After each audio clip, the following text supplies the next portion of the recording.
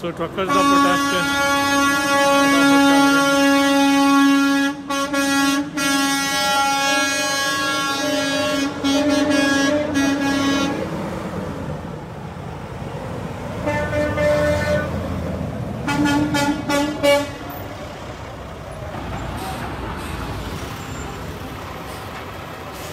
ਸਾਡੇ ਰਮਨ ਸਿੰਘ ਜੀ ਇਸ ਟਾਈਮ ਨਾਲ ਜੁੜੇ ਹੋਏ ਨੇ ਕੈਪੀਟਲ ਦੇ ਬਾਹਰ ਬਿਜ਼ੀ ਹੋ ਗਏ ਨੇ।